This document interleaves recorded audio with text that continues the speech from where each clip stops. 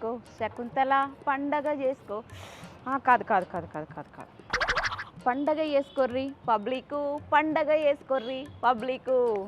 ఏందే ఏమో దసరా అంటున్నావు దీపావళి అంటున్నావు మస్తు జోష్ మీద ఉన్నావు ఏందే ముచ్చట? మనసొంటి సామాన్యుల మీద జిఎస్టీ పన్నుల భారం తగ్గించిందక్క సెంటర్ సర్కారు. ఇక ఈ కాడ నుంచి దినం పండుగే మనకు. సామాన్యుల మీద జిఎస్టీ వేసింది కూడా సెంటర్ సర్కారోళ్ళే కాదే. ఆఖరుకు పొలగాన్లు వాడేటి పెన్సిళ్ళు లబ్బర్లు షాక్ మార్ల మీద కూడా పన్నులు వసూలు చేసిండ్రు ఇన్నొద్దులు. తగ్గించినందుకు సంబరపడుడు కాదు, ఇసంటి వాటి మీద పన్నులు వేసినందుకు తొలుత సెంటర్ సర్కార్ వాళ్ళు బాధపడాలి. పెన్సిళ్లకు లబ్బర్లకు షాక్ మార్లకు జిఎస్టీ వేసుడు తప్పే కావచ్చక్క, కానీ అవంత పిరమైన ఏం కాదు కదా. అయినా నేను దేశభక్తురాల్ని, దేశం కోసం పన్ను కడతా, పన్నులు తగ్గితే తగ్గినాయని సంబరపడతా. ఇంతకు చేతిలో ఏంటిది అది? ఇదా సామాన్ల సిట్టక్క.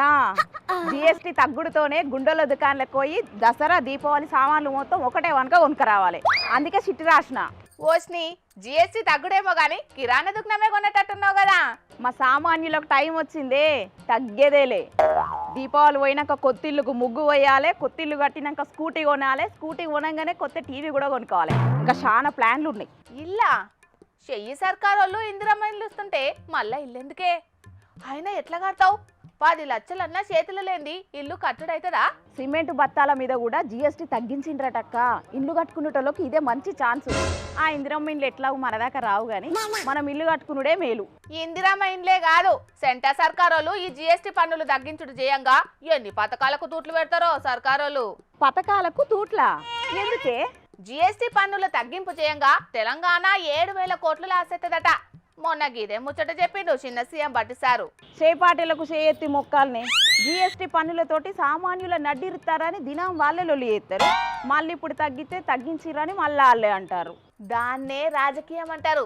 ఆసొంటి నీకు తెలివెత్తియే. హలో, తీసుకుంటా 10 లక్షల పాలసీ తీసుకుంటా, రేపు పొద్దుగాల ఫోన్ చేయర్రి.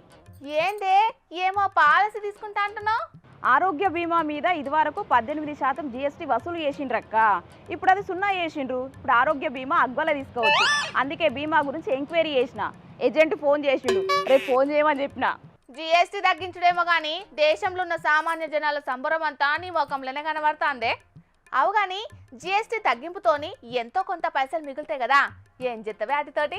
నెలకో డ్రెస్ కొనుక్కుంటా ఈ కార్ నుంచి. అబ్బా, నేనంటే నీకెందుకే అంత లవ్వు?